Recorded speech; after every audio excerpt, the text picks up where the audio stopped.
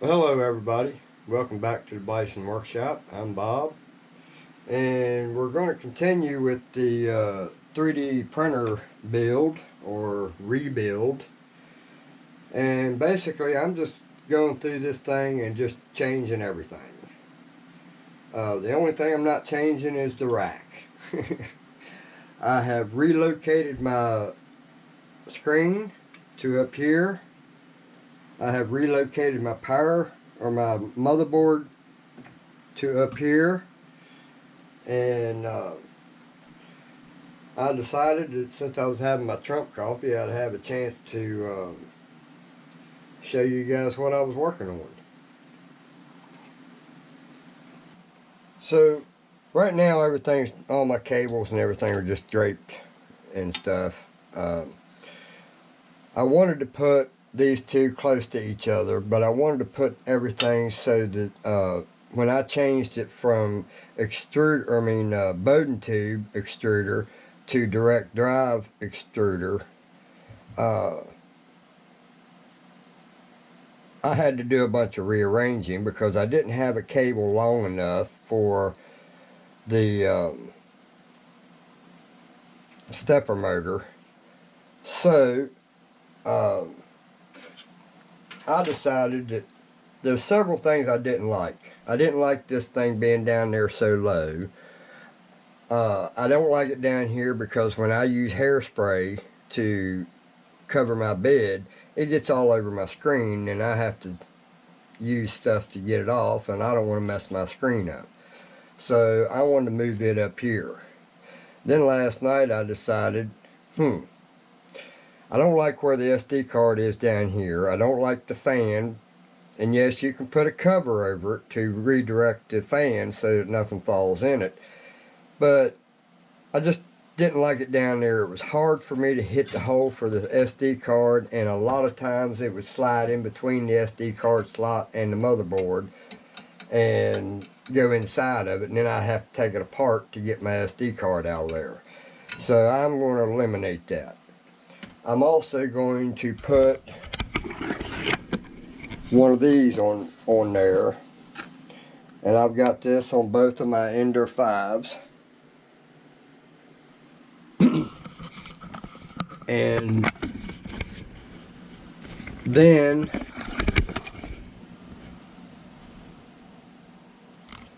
I took this whole case down here that held the motherboard, and all I did was turn it just like that. And this is it the way it was down there, and I just took this bolt out. Now I'm going to cut that off or bend it down, one of the two. I'm not sure what I'm going to do yet. I haven't decided, because if I ever wanted to put it back there, which I probably won't, but you know, I like to leave the option open. So far it's no interference with anything, because I can bring my head all the way over.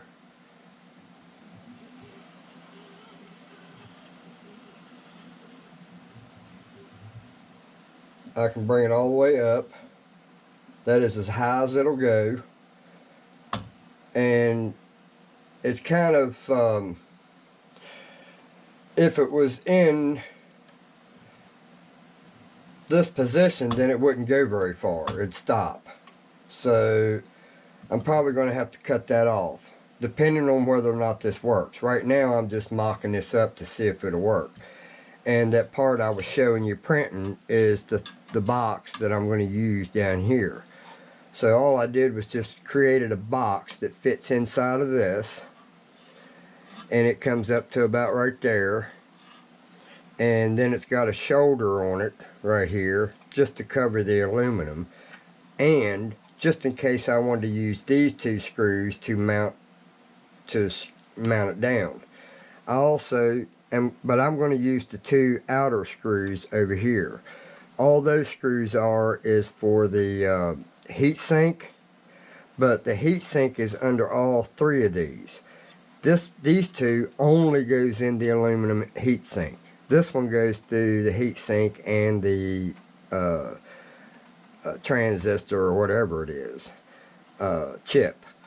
So these two I can take out and it won't move anything in there. So I can reuse these screws and mount the box down on it. Then I'll slide this down on it, and then I'll drill a hole and tap it for 1032 screw on both sides, and it'll miss it because the board comes to about right here. So all this down here is free space to work with. And the back side that's closed, the other side the fan's on it blowing up towards the monitor, which will by rights keep things cool up here too.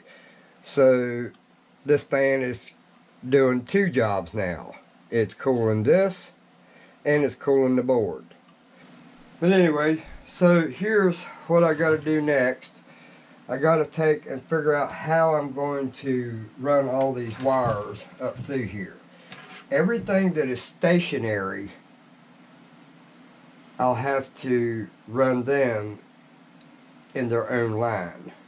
So like for instance, the limit switch for the stepper, or for the stepper motor, and the stepper motor wire, those don't ever move. The bed moves, this doesn't. So that one I can pretty much take and run that up, and I gotta extend the wires. Either that or get longer ones. I'll probably end up getting longer ones, and or just make my own wires. I don't know. I'd have to get these plugs, but I don't know how I'm gonna do that yet. I think they sell longer X, Y, and Z wires, so I'll look to get those. If anybody's got any, let's do some trading. I've got to extend the power, which I have this size wire. So I've got to tin the end of the extensions, because this I'm planning on running it up through a tube, hopefully. I'm going to try to 3D print something that will actually go on here and use these two screws right here to screw it on, and these two screws over here. Maybe even just I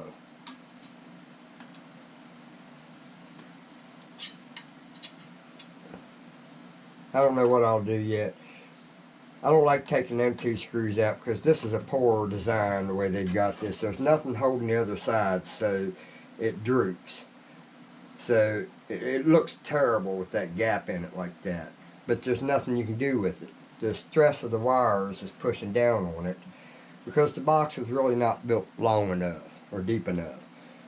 So, I mean, it was a nice idea to put that box on there, but at least make it so it mounts over here on this side too, so it stays on there nice and straight. So I got to figure out how to address that. I also put a panel on the side of it, and as you can see, I misjudged the two holes.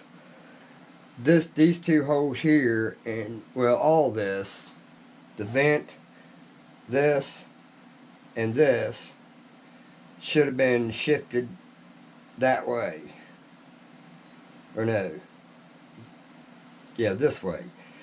Because I'm off by about 4 millimeters. And that sucked. But oh well, it's the back side of it. No one's ever going to see it. That's what they always say when they want to cover their junk up, right? So anyway, I gotta be careful twisting this thing. I don't want to break one of these plugs. Or that splinter there is waiting to get me. I think it's time for me to redo the top of that. I've been thinking about what to do there on top of this. I'm going to redo the top of this and maybe even paint the wood black. This will be this 3D printer staying forever. So I also put a chain on it.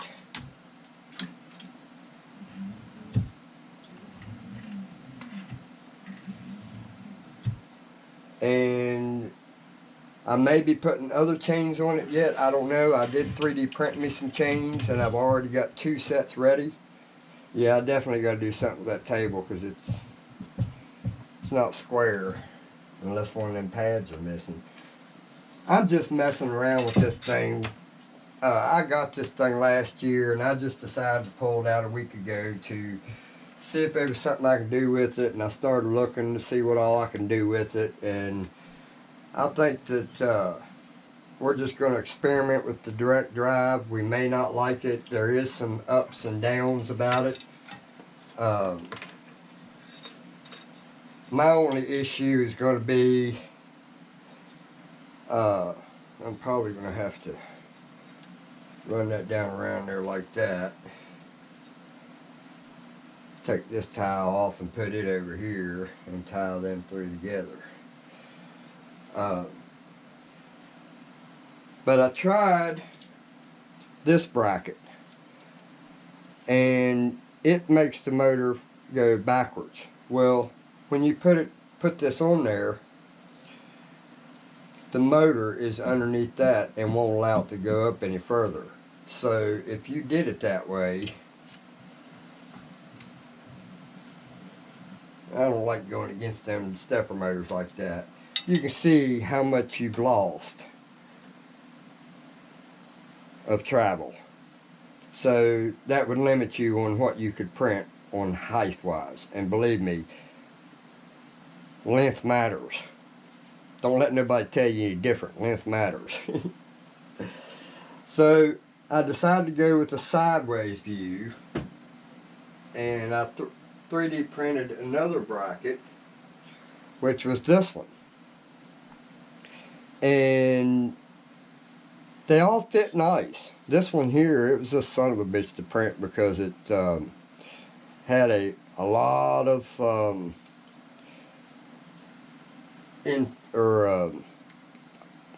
support that didn't like to come out.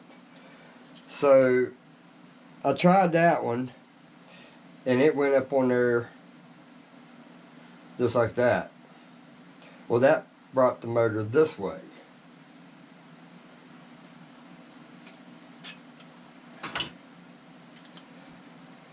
It brought the motor pointing this way, which was what I wanted.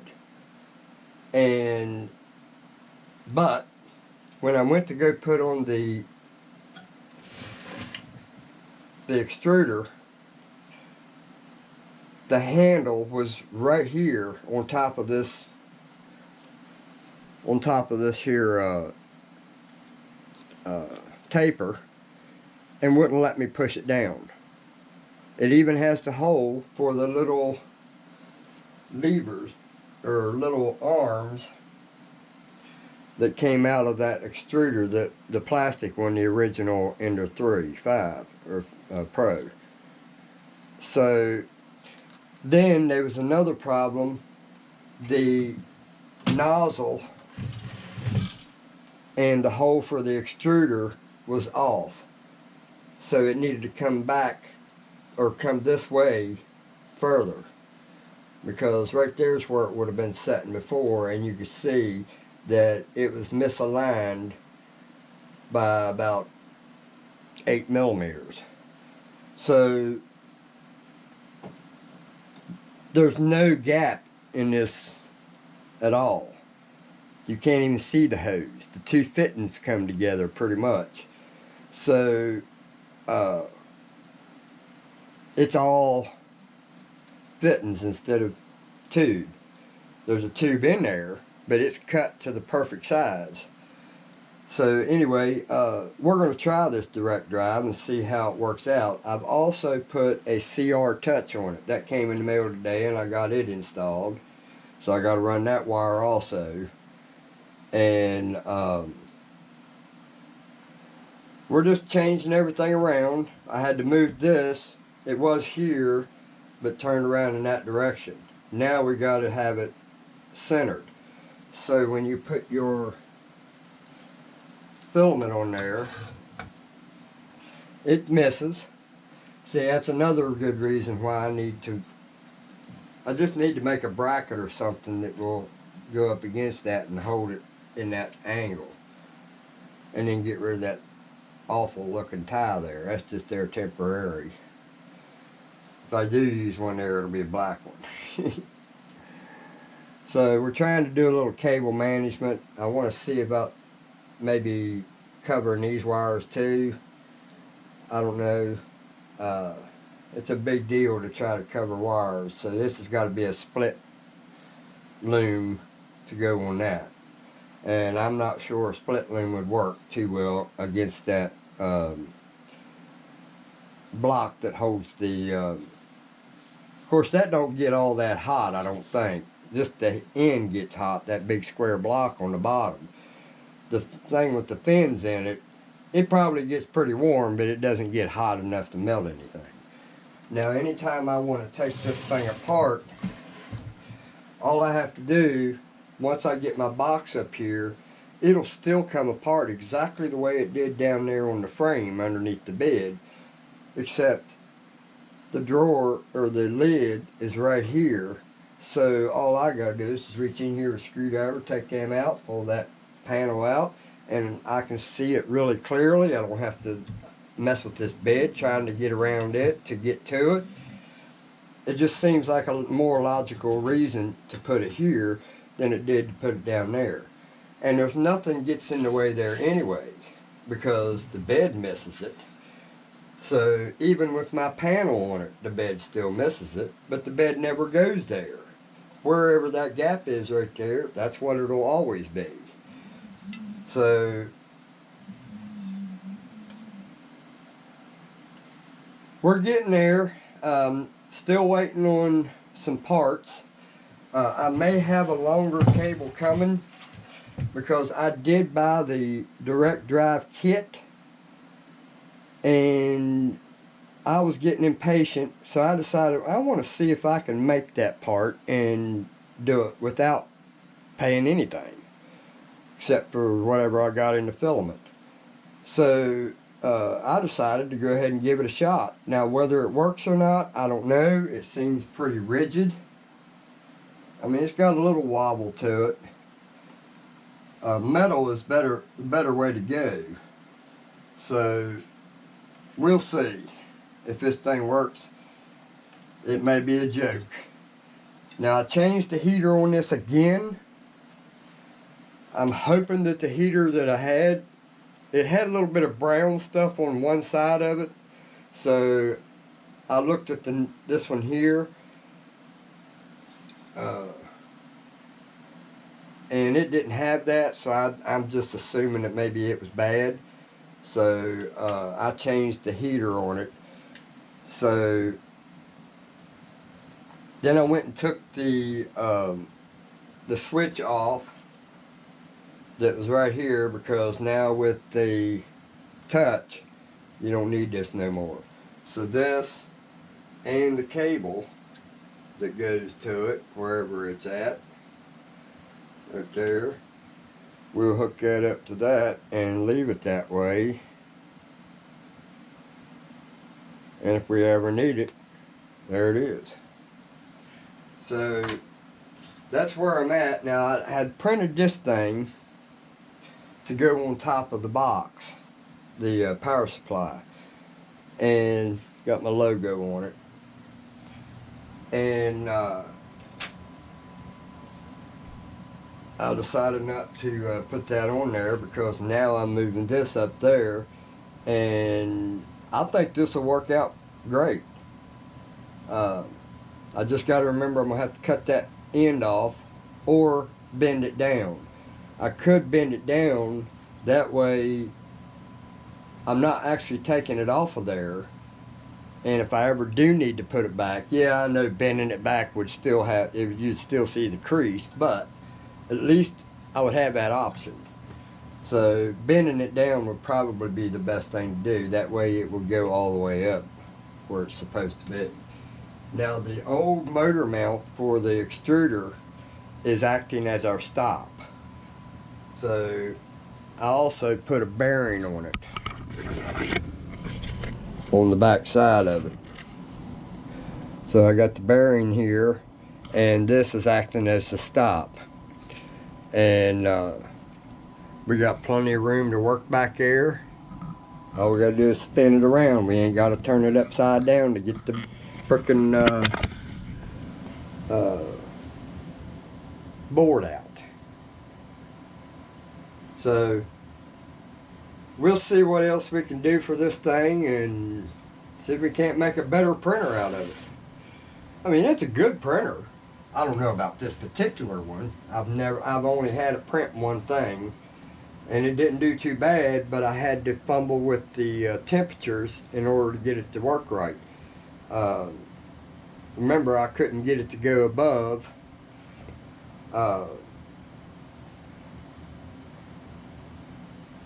238 was the highest I ever seen. So I just changed the heater, and then I started getting an alarm about the temperature. So it's got to have something to do with the board or the thermostat. Since I already had a thermostat, I don't really want to go back to the old board, which is the 2.2. This is the 4.22. And I really didn't want to go to that because it's not a silent one. It's one of them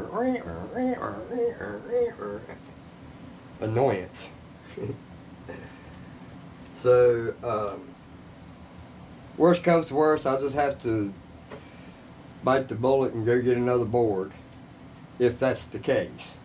If I switch the boards, I could switch them temporarily, and if it works fine, then we'll know that the board's the problem. The one that's in it. That's the 427 board. I also put that on the side of this cover too. Ender 3 Pro version 427 board. No more opening the case to see what the number is on your frickin' motherboard. Tell me what you think, guys. You think that looks better, or you think that would be worse? And this is my donor. This is the one I'm experimenting with. So if it works out, I might go a little further and start doing some fan modifications. Who knows? There really ain't nothing wrong with that fan system. It works. So it just looks square and blah.